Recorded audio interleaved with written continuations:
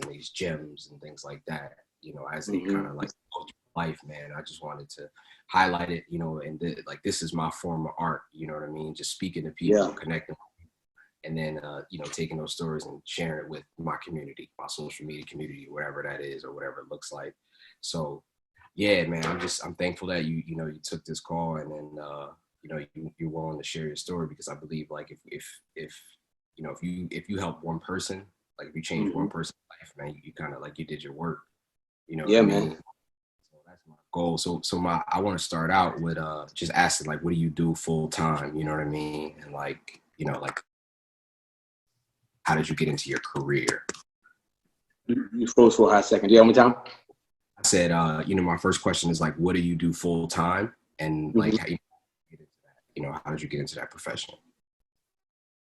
So currently, I'm a product owner for Frito-Lay under the PepsiCo banner. So Fritos, Cheetos, Doritos, Lay's, Cheetos. I think I said that Funyuns, Ruffles. So I'm a product owner in our transformation team. So I lead a team of about 12 folks, and they do the development, the testing, and some of the work around the items that we put out as far as technology. So we build apps. We build apps for our internal users, our salespeople, to go out and do that. I got here by initially starting in the sales field, out there in the market, running a team of about 15, and really tackling some big markets in New York and New Jersey, and doing really well with that. So then I got this opportunity to match my sales leadership skills and my experience there with my love for technology and for leading teams. So that's currently what I do now. It's been about 6 years, maybe going a little bit longer. I've been with Frito-Lay and PepsiCo.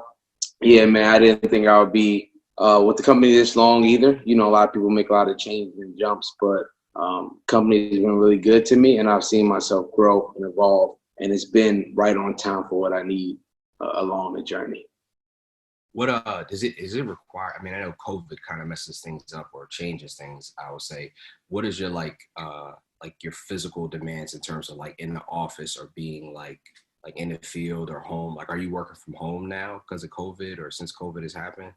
Yeah, man. In this role, we've been working from home since February. Like we got on. Yeah, we started a little bit earlier. In my last role, it's more of a market-based role. So you know, the people that are in those roles are still kind of out there servicing and having those customer conversations and growing the business there. It's just a lot of our stuff is more so around technology. We're able to really leverage some of these tools like Zoom, like some of the other things, to really have good conversations, to have the meetings we need to have the discussions, to be on point, and we have been delivering something crazy. Like, you know, it was tough to start like working from home because everything changes. Now you're doing something totally different in a totally different way where you're not seeing people's faces, you're not having those interactions. But I think we've done a really good job of leveraging the tools that we have and continue to push forward. Because right now we're like rolling.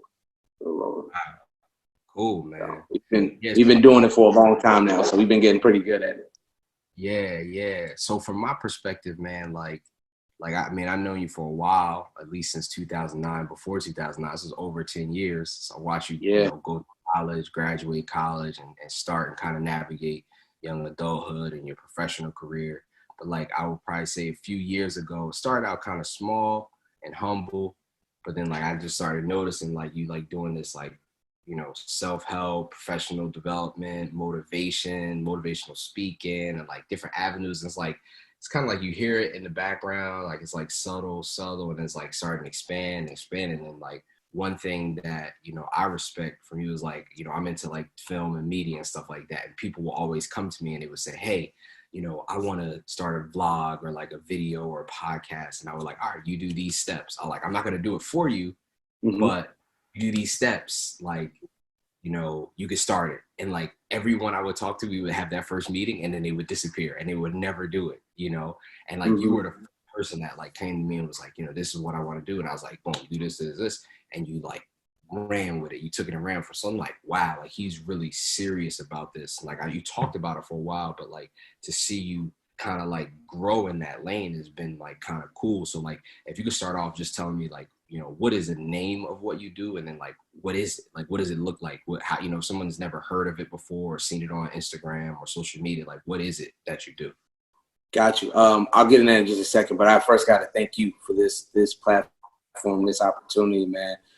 Just as you've seen me grow over these years, I've had the privilege to watch you grow and really set goals and then go knock them out. Like, you've been one of those people that's like, hey, if you say something, you're gonna do it, and I'm a lot the same way. So I appreciate you for continuing to be that, that example to continue to do things that's outside of your comfort zone, challenge yourself, and then continue to knock those things down. So I appreciate you there. And we've had a ton of experiences over this time, man. Great time. So, but the things you've done is a clear example of what we need to continue to do. And that's build your community as you build yourself. So how did I get into this whole thing? So the crazy part is, and you can probably edit this part out, but I don't even have a specific name for it, and I'll tell you why.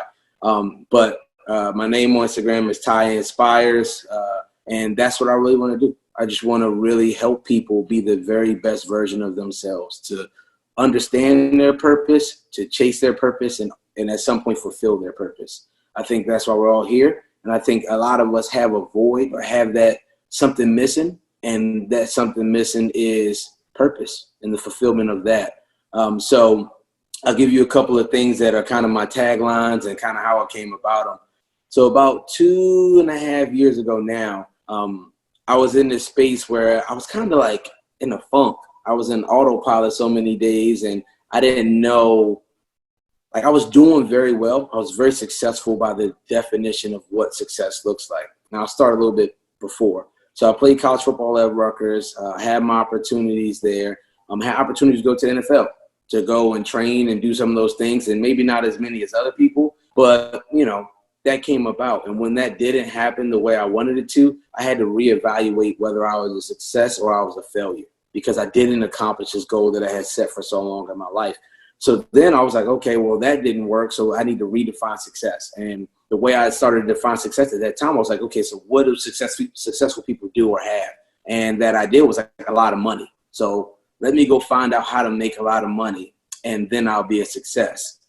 So that was my goal. And I'm the type of person, if I set a goal, I'm going to work towards it. I'm going to go attain that thing. So I did that. At a young age, I was making really good money. Not as much as some other people, but I was making really, really good money at a very young age. And, I felt happy. I was happy about that, but it was still something missing. And it took a while to get there, but about 2.5 years ago, I was just in a funk, and I was on autopilot, where I was doing all the things that a successful person does, but I wasn't full. I wasn't happy. I wasn't in the moment. I was just kind of doing.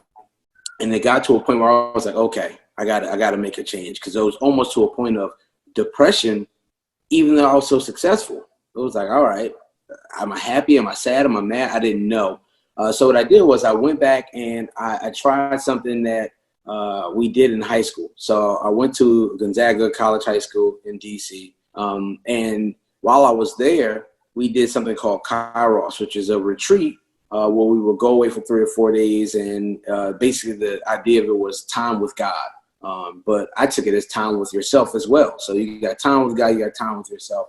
So I did a modified version of that Kairos retreat for myself. I created it, I made it, I shifted it, and I spent some time alone, disconnected, unplugged from everything else, all the distractions, my phone, all the electronics, all that. I took a book, I took some granola bars, and I took a pen. And I went out and I did this process, and I was really asking myself and God some of those tough questions. Okay, like, hey, this is where I am, and where am I supposed to go? Like, what am I supposed to do? Like, reveal that to me, Lord. So, excuse me. So as I was walking back home, because I didn't drive there, I was walking back home, and the pond that's over there, I was over there doing it. And as I was walking back home, God revealed to me, and it was like clear as day. God said, I want you to engage, I want you to empower, and I want you to encourage.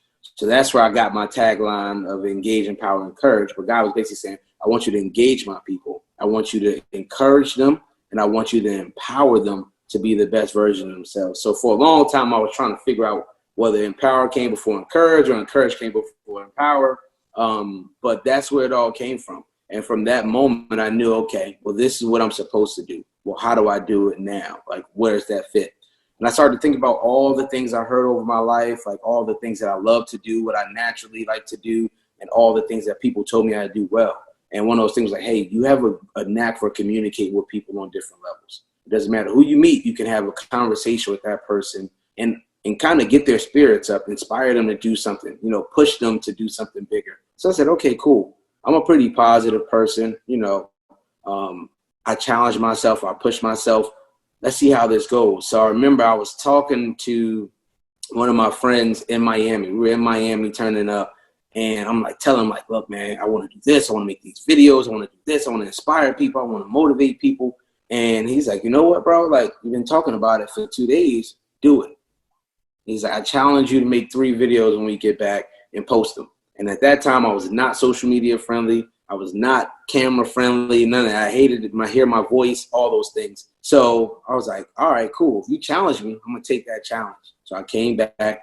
I made three videos. And looking back, they were crappy as far as like the aesthetics. But I made these videos and I posted them. I posted one. And when I posted it, I was so nervous about the reaction that people would have and stepping out of my comfort zone that I put my phone in my top drawer and I left it there. Like I just was in my room doing other stuff.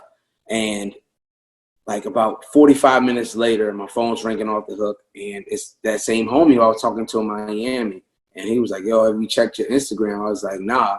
And he was like, you should look at it. You're getting some really good feedback. And that's what started it all. But in that moment, I'll say I was being obedient. Being obedient to my purpose is how I kind of got started with what I'm doing. Doing what I already know I should be doing and just taking that first step to go ahead and do it. And you were a big part of that as well, because at the beginning, I didn't know anything about cameras or video. And you was like, well, dog, you know, you want to take the video, you know, at dusk or dawn because that's when the light is going to be good. I remember all these things. And you were like, you want to do it this way. You want to turn the camera to the side, not the, you know, the portrait. I'm like, okay, cool. I got all these different things.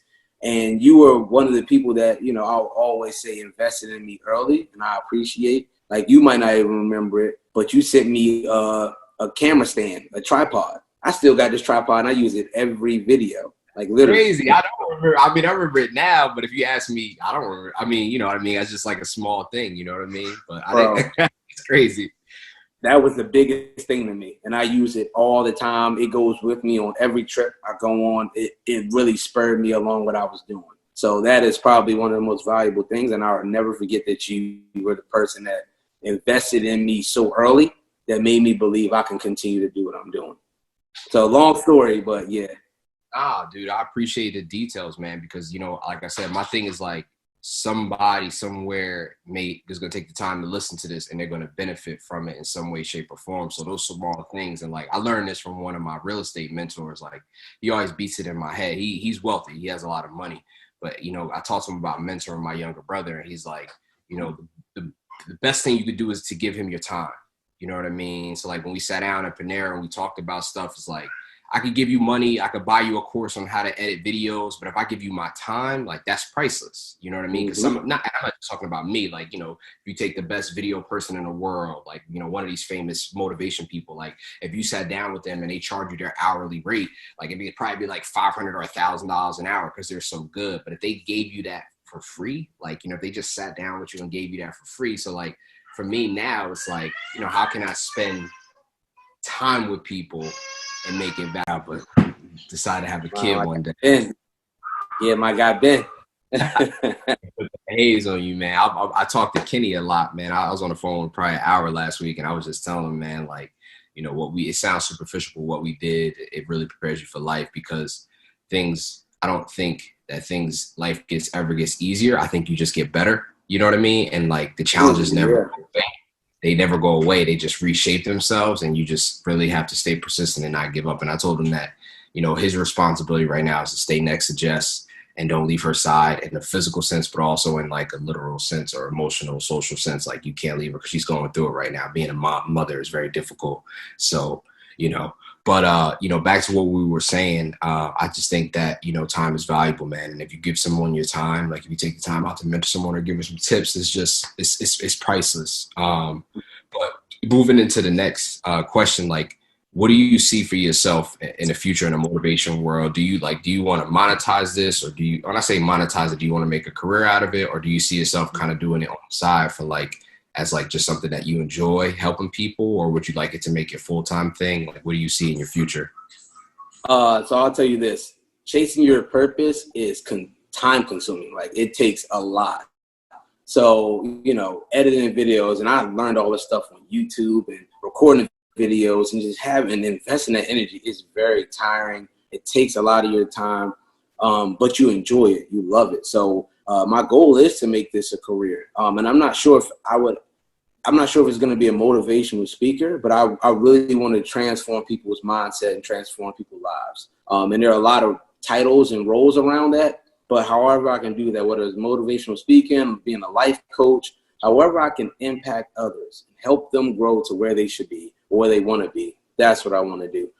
So I would love to monetize that, and this is the plan, to monetize my speaking, but also to do some of the other things. I have a bigger plan to ultimately bring that retreat that I did for myself to others. Like, that is the ultimate goal, so that I can have that space where I'm not telling you to be inspired. I'm not trying to inspire you, but I'm giving you a platform and opportunity to really tap in and get that inspiration from within. Because I think self-realization is one of the strongest things. So when you know something, then it's something that you can go do. I can talk to you all day, today and tomorrow, and then the next day, you know, you're back to regular life. But when you do that introspective thinking, you make that decision for yourself, you go a lot further. So definitely want to monetize it.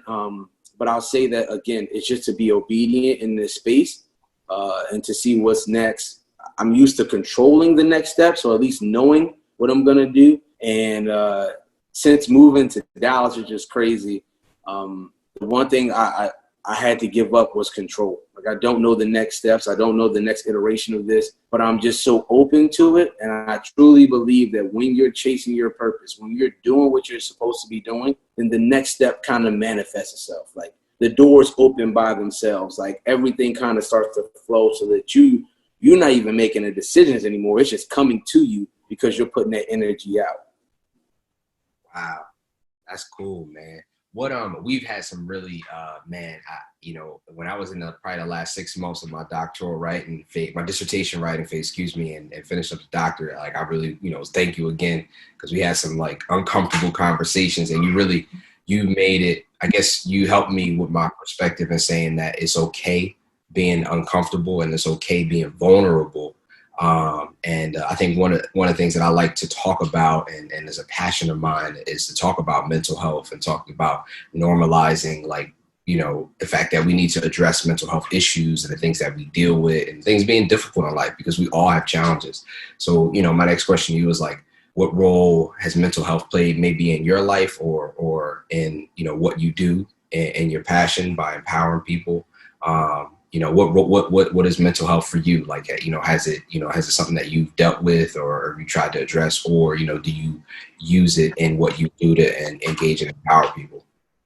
Oh, man, I'll tell you, it took me up until like the last few years to realize how important mental health is, for everyone, for men, for women, for children, like, just to have your mind in the right space. And it took up until a few years ago, like 20, 30 years of my life, to realize how important this is. I think when how we're raised as young Black men, it's like, you got to be tough. You got to be able to deal with these things. You can't show that emotion. You can't cry. You can't do a lot of these things. You get so many things that you can't do. And you start to internalize them. And that's how your mind starts to work. But it took me at some points breaking down all the way to the bottom and feeling like, oh, okay, I mentally can't go anywhere else but to break down and let this out. That's when I started to realize, hey, it's something deeper here. And I started to chase some of that self-care and that mental health and understanding where I am. It took me being in that space of, I don't know if I'm depressed. Maybe I'm depressed. I didn't even think depression was real at one point. I thought you were strong enough mentally to beat depression and all these different things. So I think as you get older, it becomes a little bit more clear to you. But right now, mental health is at the top of my list of things. Like, I need to make sure that my energy is right, my mind is good, my heart is good. Like, all those things are more important than all the external things. Like, I've been doing 30-day challenges for the last few months, and it's been to really try to be very consistent. But this month, within my workout, I think the challenge I'm doing is 100 push-ups, 100 sit-ups, 2-minute plank, and a 10-minute meditation every single day, just to really tap in and get my mind right. And a lot of people don't know how to meditate, and I didn't either, but it takes time and it takes investment in that. But I think mental health is something that a lot of us men in general, we run from. We look at it as a weakness. We look at vulnerability as a weakness, and I did too, and I still working on that. But it's a strength. You know, it's a strength to be at your most vulnerable state because there's so much there, right? You know, a few weeks ago, I did something I never thought I'd do. So I've been doing these IG prayers. And during the prayer, like, I finished the prayer and I just started to cry. I'm crying on IG Live. Like, I'm like, ain't no way. And I couldn't help it. I couldn't stop. And I'm trying to, like, tough through it. And, you know, God is, like, working on my mind and my heart. And I'm just bawling in tears. And it took that moment. Like, I got off the IG Live and my family's called me, make sure I'm good. I'm apologizing to them. And they told me, don't ever apologize for being vulnerable. Don't ever apologize for showing that strength. And, you know, I think most times we try to deny the mental health that space, and it's like a pressure cooker. After a while, that lid's gonna pop off.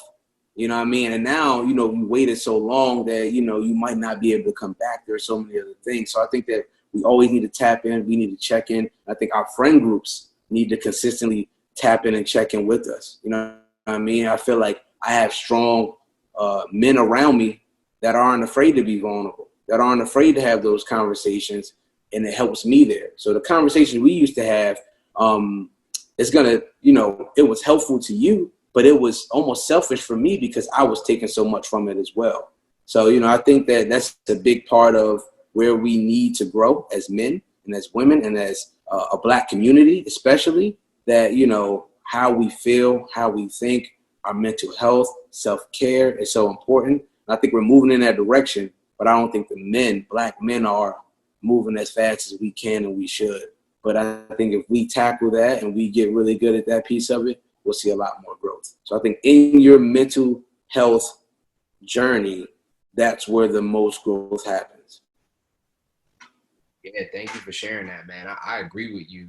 I feel like we just need to normalize saying that it's okay to do it. You know, I feel like, not that you would get joked on because nobody really crack jokes anymore, but like, it's like almost like weird if you say like, oh, I'm going to go see my therapist, you know, and I've been to therapy before. I've been to, you know, I've had multiple therapists and I actually need to get back into it. I haven't been committed to it as of lately, but it's something that, you know, every time, like for me, after I would go see a therapist, it would be the same feeling that you get after you lift weights. Like you lift weights or you work out or I train my martial arts, I leave and I've had this natural like lifted feeling. And I feel like I could take on the burdens of the week or the month, things like that, you know? And it's like, it's weird because it's like we work out our muscles, but why not work out our mind, you know? And like, I feel like, you know, just take out race, but if you talk about just being a man, like paying your bills, like being mentally stable, like doing a good job at work, trying to maintain having friends and a social life as an adult are all difficult things. And it's like we carry all these weights on our shoulders and we never take the time to like put the weights down. We just like walking around with like 100 pounds on our back. Like, you know what I mean? And then it's like, it's crazy because it's like, yo, we should take the time to just take some of them bricks off, man. And I think that comes from like talking to people. And yeah, you don't have to go to a therapist. Maybe you have a group of trusted friends, but I think what I've found, and maybe I think I've shared this with you, is that sometimes, you know, I may not feel comfortable talking to Tyrone and saying, this is what is like stressing me out. This is what I'm struggling with. Like a lot of times things go through my head. I'm like trying to process them. And I'm like, man, like it's kind of embarrassing to talk to somebody about this, or it's kind of like, you know, it's like, it's not easy, you know? So like, I think that's where a therapist comes to play because they're literally paid to listen to your problem and judge legally. They can't tell somebody, like they can't make a face with like, this is crazy. Yeah. Nah, and I think you brought up that point of we got these weights on our shoulders, and as you know, me personally, I feel like I had to carry those weights by myself. I couldn't offload or pass those to anybody because I didn't want to burden anybody else. So I'm walking around with all this on my shoulder, and you know, my thing is I love to help and help protect, provide all that this stuff for other people. But how can I pour into somebody else's cup if my cup is empty? Like, how can I pour into that cup if my cup has nothing to give to them? And I think, like, you know, what I realize is, you know, we don't want to talk to our friends about these things. And I'm all for therapy, 110%. Like, I'm seeking a therapist right now. I'm trying to find the right person. But I think even with our friend groups, we try to hide certain things, but 9 times out of 10, we probably going through a lot of the same experiences. And once one of us breaks the ice and say, yo, this was happening to me, then you like, oh, that's happening to me. And that's how we have that conversation where we're dealing with the same things, but we're trying to deal with them as individuals or in silos, when our community, our village, our friends are that support group, or they should be. And if you don't feel like, I personally feel like if you don't feel like you can go to your friends with 80, 90% of the things that's going on, then are they truly friends? Are they truly your friends where you can't share with them? You know what I mean? Or those people that, you know, you may not be as close to, but you can go to and share and be vulnerable with, that might be a closer friend than that person that, you know, you go play ball with or work out with or, you know, turn up with, because that person can see the deepest side of you. So, Yeah. I had you know, not to belabor on this point, but I have a friend, I'm not gonna share his name, but like, I just called him just to check on him. And it was just like, yo, you know, we talk to probably twice a month. And I just call him because we usually call and we like share stories and just catch up, talk about life, work, stuff like that. And I was talking to him about some of the struggles that I was having with my parents. And I was telling him that like I feel like I'm starting to get to the age where I'm financially sound, and not that I have to take care of my parents financially yet, but like I'm planning for it. And it's like a weird place to be, because it's like I'm like just getting to the point where I'm like okay financially, and like bills and like savings and investments and all those things are starting to like be okay. But like, why should I be thinking about, you know, my parents? And like, it's like stressful. And he was like, I'm going through the same thing. You know what I mean? And it was like weird, like you said, to like have that conversation with somebody, because I wouldn't think that my friends are even in that realm where they're like worried about their parents. You know what I mean? So it's cool to like share that. It was just like, all right, let me just share this. And like, he's like, man, I'm going through the same thing. And I was like, wow, like that's like crazy. So I want to switch gears a little bit, and you know, I had like 2 last questions. They kind of blend together. But you know, another reason why I wanted to talk to you is because you're African American male, and like I've been like kind of having this burden about like, what is my responsibility as an African American male, and like what should we be doing in this world? Like all this stuff's happening with the Black Lives Matter movement, and like, you know, like one, like I just expressed to you, like it's hard for me to even watch this stuff. Like when people post videos of like people being killed or like, you know, abused and things like that, it's hard for me to even watch it, because like I just don't like seeing that stuff. I'm like, yo, I've had bad experiences with police officers, you know, and nowhere near what other people have went through, but like it's just like traumatic for me to watch it, you know. So there's that element where, like I said, like I don't even want to see it. Right. But I also feel like this responsibility, this pull to like do things, you know, and like I'm trying to like talk to people and be like, what is my responsibility? What is our responsibility? So like, you know, if I could ask you a question, like, you know, how do you see what's going on in America right now? And like, how do you see like what the, you know, common person's like responsibility is in response to it? It's a very good question. I think if I was to characterize what's going on right now, I think it's an awakening. I think that's kind of how I see it, where it's a wake-up call for so many people in our community and in other communities. I think, you know, it's been something that's not new. This is not something new. And for a whole community out there, they're just realizing what's happening. So it's an unfortunate perfect storm where, you know, unfortunately these things continue to happen. But I think that we're getting to a point where some things are starting to change. And I think, you know, you can throw money at an issue, you can throw money at a problem, but I think it always comes down to people's heart and their mind.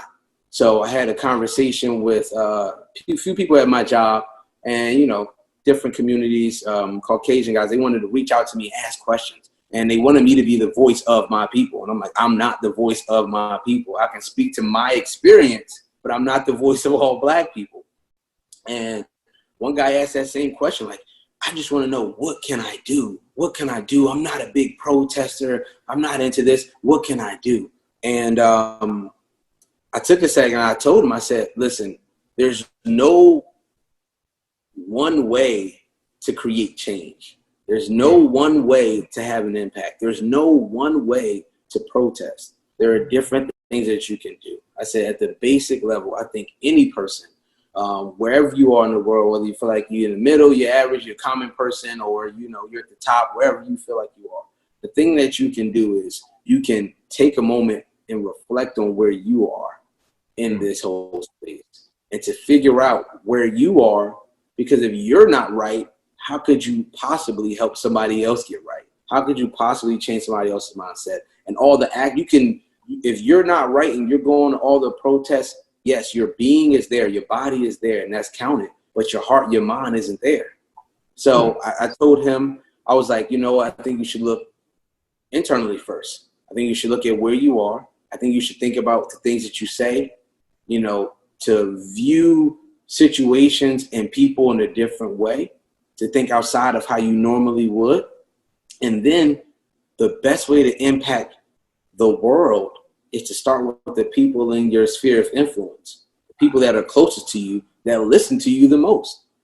So I could literally go out and I could bring out 500 people and talk to them, and maybe 2 or 3 of them will leave with something. But if I'm able to impact the people around me, my family members, my friends, my coworkers, my kids, because they're the next generation, then I have a bigger influence or a bigger impact to the overall change. I think we are trying to change this at a big level, and I think that's one way to do it. But I think individually, we all have to make sure that our hearts and our minds are in the right place, and then we can impact our close sphere of influence and then grow that influence out instead of trying to go out and never work on yourself.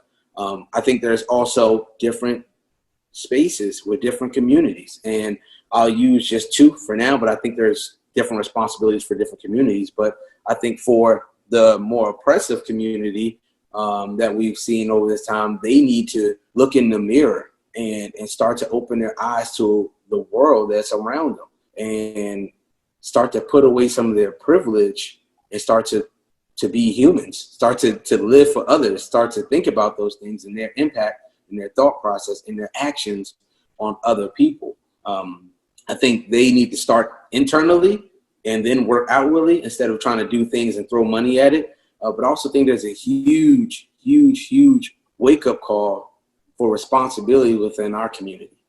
Like, if we ever saw it before, like, you know, we have to be that much better.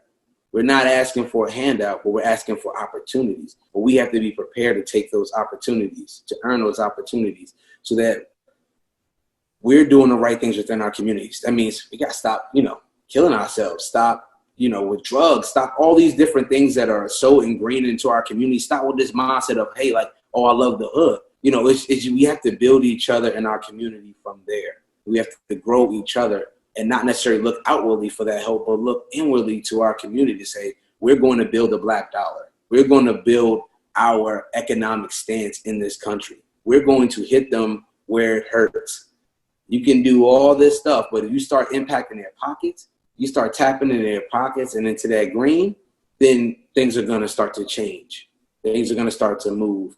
So I think there's a responsibility in that oppressive community, but I also think there's a major responsibility in our community to end some of the generational cycles, to do some things differently, to start building generational wealth, start building generational knowledge, start to really grow ourselves as an independent so that we're less affected by everybody else. Does that make sense? Oh, dude, I definitely connect with what you're saying, man. I appreciate it. I think I agree with it.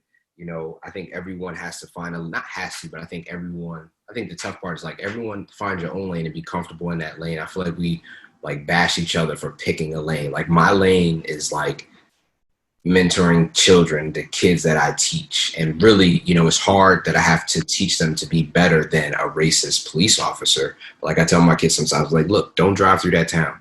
If you're going to drive through this town, drive through it during the day. Make sure you drive 5 miles under the speed limit. Make sure you're not wearing a hoodie. But like, it's like I want to equip them with the tools to not even be successful, but just stay alive, you know, and that's my lane. Like I'm not a big protester. I'm not going to go to a protest because I have a son and things like that. You know what I mean? So like my lane is really pouring into my kids. But another thing I was thinking about that I identified, you know, I've been kind of like dancing around with this topic, and it's been in media a lot that you said this is like, we have the power to make change if we start like changing the dollar. And I'm speaking specifically through the avenue of sports, right? I can't think of the young man's name, but the kid who was a highly talented basketball player coming out of high school, and he decided to go to Howard. He's going to Howard University, and it's like, wow, could you imagine if all of these African-American male athletes, male and female athletes decided to say, you know what, we're not going to attend PWIs, we're going to attend HBCUs. Like if you think about, you know, Alabama football, right? They've been a football powerhouse for, you know, God knows how long, but, you know, the past 5 to 7 years, God, they've like, you know, top NFL talent, all these people, like if all those dudes like went to Grambling or like went to Norfolk State or like, you know, went to, I don't know, like black colleges, we would kill everyone. You know what I mean? Like, you know, I think like if you, like you said, like I'm friends with this guy who's a Chick-fil-A owner, and he said the same thing. We got to work on our economics. Yes, there's other lanes. There's protests, there's education, there's money, you know, there's sports and things like that. But he's like, if we attack the dollar, we change the world because people start listening. So I just wanted to say, like, I identified with you when you said that. And I'm just thinking like, man, just in the sports lane, like what, how much of a shift would happen if kids decided to go to like black colleges, you know, and they were getting those TV dollars and those sponsorships and all of that stuff. So it's kind of crazy. I'll tap on one thing that you said before about the protesting piece, and you're not like, okay, maybe that's not your lane, but you got to think that your impact on those kids may be longer term than somebody going to a protest. You know what I mean? Somebody going to a protest and just walking just to be a part of, just take some Instagram pictures, versus you having an impact directly on these kids' lives that's going to change their mindset for the next 20, 30, 40, 50 years. Like that's the thing. So there's no one right way to create change. Like you're creating change just in a different way, and maybe more in a more sustainable way. You know what I mean? But I think the black dollar, I have a lot of conversations with friends about this one, but we have a great opportunity right now to change some things. And we have some people that are on our side to do those. The institutions that are in place, they're not going to go anywhere, but our spending power in this country is so big that if we just invest in our own communities, then we will be in a different space. And like you talk about sports, I know Mikey Williams is talking about it, and some of the kids who are going to play basketball, going to these HBCUs, and I think that's amazing. But I also think there's a space of it too of, you know, those people that are wealthier, that are in power, you know, how much are we investing back into those HBCUs to make those schools that kids want to go to? So you got to think, hey, I'm a 5-star recruit. I have the opportunity to go to Alabama. I have the opportunity to go to Clemson, LSU, or I can go to, a HBCU. Kids want to win. They want to look good doing it. And they want to play at the highest level against the best talent. So I think there's an investment piece back into HBCUs to make them the facilities better, the school look better, you know, to give it that premier look to say, hey, listen, I want to go there.